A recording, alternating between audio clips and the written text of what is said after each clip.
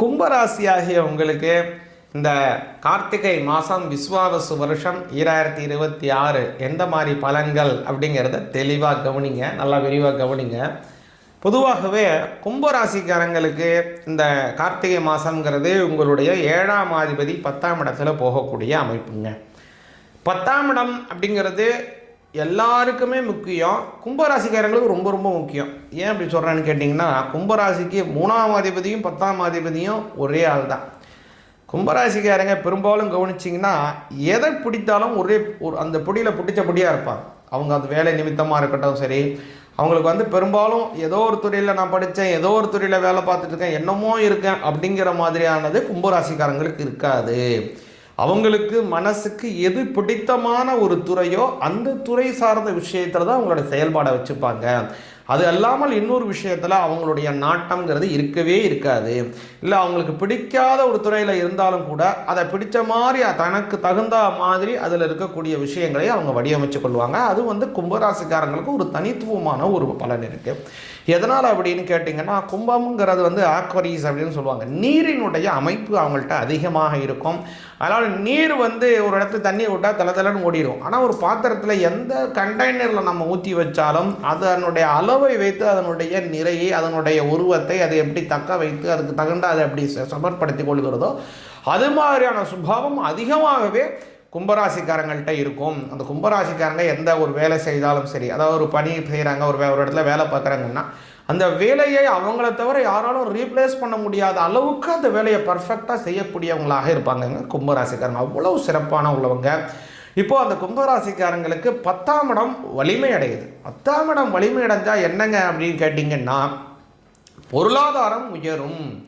என்ன சுவாமி இப்படி சொல்கிறீங்க, ஏற்கனவே 7.5 சனி நடந்துக்கிட்டு இருக்கு, இதில் வேறு பொருளாதாரம் உயருன்றீங்க, செலவை முதல்ல குறைக்க முடியுமான்னு பாருங்கள் அப்படின்னு நீங்கள் நினைக்கலாம். இது 7.5 சனி நடந்தாலும் கூட கும்பராசிக்கு ஜென்மத்திலே அவர் சனி இருந்தாலும் கூட, அதாவது கும்பராசிக்கு ராசியாதிபதியே சனி தான். மற்றவங்களை விட கும்பராசிக்கு தான் சனி பகவானினுடைய ஆதிக்கம் மிக மிக முக்கியம். ராசியாதிபதியே ராசியிலே ஆட்சி பலம் பண்ணுறார். அப்போது தன்னம்பிக்கையுடன் செயல்படக்கூடிய காலங்கள் வருது. அப்போ மார்ச் மாதம் 6ஆம் தேதி சனி மாறுறாரு 2026. அப்போ வரக்கூடிய வாக்கிய பஞ்சாங்கப்படி அப்போது 7.5 சனி 2ஆம் இடத்துல இருக்க 7.5 சனி எப்படி இருக்கும் அப்படின்னு நீங்கள் நினைக்கலாம். நான் வரக்கூடிய காலத்தில் அந்த 7.5 சனிக்கான விஷயத்தை நான் தெளிவாக சொல்கிறேன். கும்பராசிக்கு இப்போது அது மாறுறதுனால இப்போ இருக்கிறதுக்கும் அப்போக்கு என்னங்க பெரிய வித்தியாசம் நீங்கள் நினச்சிங்கன்னா, உங்களுடைய ராசிநாதன் 2ஆம் இடத்துல செல்லுவது நல்ல பலனை கொடுக்கும். பொருளாதாரம் உயரும். ஆனால் கொஞ்சம் அதிகமாக நீங்கள் உடல் உழைப்பை நீங்கள் செய்ய வேண்டிய சூழ்நிலைகள் வரும். அதை ஒன்றும் பண்ண முடியாது. அப்போது அந்த லக்னத்தில் இப்போ இருக்கக்கூடிய காலத்திலும் உங்களுக்கு அதிகமான உடல் உழைப்பை நீங்கள் செய்ய வேண்டிய சூழ்நிலைகள் தான் வரும். அதை ஒன்றும் மாற்ற முடியாது. இருந்தாலும் நல்லது ஒன்று தெரிஞ்சுங்க, என்னன்னா வேலை இல்லாமலே இருப்பதற்கு கடினமான வேலை செய்வது நல்லது தானே. வேலையே இல்லாமல் ஒருத்தன் உட்காந்துருக்கான், கஷ்டப்பட்டு வேலை செஞ்சு ஓரளவுக்கு வருமானத்தை ஈட்டு கொண்டிருக்கான். யாரை நம்ம கெட்டிக்காரன்னு சொல்லுவோம்? வேலை இல்லாமல் சும்மா உட்காந்துருக்கான் அவனை சொல்லுவோமா? கஷ்டப்பட்டு ஏதோ வேலை செஞ்சு ஓரளவுக்காக ஜீவனம் செய்து கொண்டு இருக்கக்கூடியவனை கெட்டிக்காரன் நம்ம சொல்லுவோமா? சொல்லுங்கள். இப்போ நம்ம அவனை தானே சொல்லுவோம். அப்போது அதை தான் நான் சொல்ல வரேன். இப்படி இருக்கக்கூடிய காலத்தில் கும்பராசிக்காரங்களுக்கு இப்போ 10ஆம் இடம் வலிமை அடைகிறதுனால வேலை நேரம் குறையும் அப்படின்னு சொல்ல முடியாது. வேலை நேரம் அதே வேலை நேரம் தான் செய்ய போகிறீங்க. ஆனால் பொருளாதாரம் உயரும். இவ்வளோ நாள் நீங்கள் ஒரு 10 மணி நேரம் வேலை செய்கிறீங்க, இல்லை 12 மணி நேரம் வேலை செய்கிறீங்கன்னே வச்சுப்போம். அப்போது அதற்கு தகுந்த அளவுக்கு ஊதியம் இருக்கானா கொஞ்சம் குறைவாக தான் வரும். ஆனால் இந்த மாதத்திலிருந்து நீங்கள் எந்த அளவுக்கு வேலை செய்கிறீங்களோ அந்த அளவுக்கான ஊதிய உயர்வை எதிர்பார்க்கலாம். சம்பள உயர்வு நிச்சயமாக உண்டு. இந்த மாதத்தில் கும்பராசிக்காரங்களும் ஒரு பெரிய இன்க்ரிமெண்ட் வரப்போகுதுங்க. அது ஒரு பெரிய நல்ல பலனாக அமையுது. கூடுதலாக இப்போ சனி பகவானுடைய காலம் 7.5 சனி நடக்குது அப்படிங்கிறதுனால சனிக்கிழமையில் சனி பகவானுக்கு எள்ளு தீபம் போடுங்க, ஆஞ்சநேயருக்கு வெத்தலை மாலை போடுங்க. மிக மிக முக்கியமானது கும்பராசிக்காரங்களுக்கு என்ன அப்படின்னா, அதாவது கடல் ஓரத்தில் இருக்கக்கூடியதான முருகப்பெருமானினுடைய ஆலயம் நிறைய கோவில் இருக்குது. அந்த மாதிரி கோவில் திருச்செந்தூர் கூட அந்த மாதிரியான ஒரு கோவில். அந்த மாதிரி ஒரு கோவிலில் போய் முருகப்பெருமானை வழிபாடு செஞ்சு வந்தீங்கன்னா நல்ல பலன் கிடைக்கும். ஏன்னா 10ஆம் இடத்துல செவ்வாய் பகவான் ஆட்சி பலம் பண்ணுறாரு. அந்த 10ஆம் இடம் உங்களுக்கு நீர் ராசியாக வருது. அதில் செவ்வாயினுடைய ஆதிக்கம் வர்றதுனால இந்த மாதிரியான விஷயங்களை போய் கும்பிட்டுவாங்க, முருகனை கும்பிட்டுவாங்க, நல்ல பலன் கிடைக்கும். இந்த கார்த்திகை மாதம் சிவபெருமான் வழிபாடு உங்களுக்கு நல்ல பலனை தரும். சிவாய நமக. சிவாய நமகா. முன்னாடியே சொன்ன பாருங்க, இந்த சூரிய பகவானுக்கு காரக தெய்வமாக இருக்கக்கூடியவர் சிவபெருமான். அந்த சிவபெருமானுக்கு மிகவும் உகந்தமானது இந்த கார்த்திகை மாதம். இந்த கார்த்திகை மாதத்தில் சபரிமலை சொல்லக்கூடிய ஒரு அற்புதமான திவ்ய க்ஷேத்திரத்திலே ஐயப்ப சுவாமியை வழிபாடு செய்கிறதுக்காக ஐயப்ப பக்தர்கள் எல்லாருமே மாலை அணிந்து கொண்டு 48 தினங்கள் கடுமையாக விரதம் எடுத்து அந்த சபரி யாத்திரையை சென்று அந்த சபரிமலை வாசனாக இருக்கக்கூடிய ஐயப்ப சுவாமி வழிபாடு செய்து அந்த நெய் தேங்காய், இருமுடி தேங்காய் எல்லாம் அந்த சுவாமிக்கு அர்ப்பணம் செய்துட்டு வரக்கூடிய அற்புதமான மாதம் இந்த கார்த்திகை மாதத்திலேருந்து ஆரம்பிக்குது.